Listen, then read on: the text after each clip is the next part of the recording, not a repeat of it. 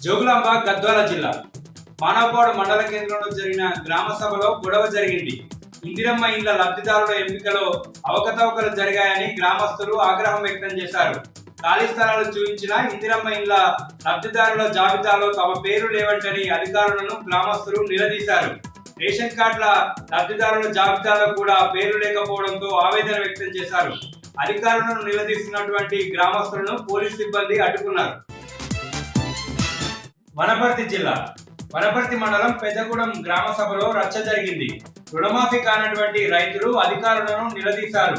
ప్రజలు తిరగబడడంతో మధ్యలోనే సభ ముగించి అధికారులు అక్కడి నుంచి పరారయ్యారు. ఇంకెన్నిసార్లు దరఖాస్తులు తీసుకుంటారంటూ గ్రామస్తులు ఆగ్రహం వ్యక్తం చేశారు.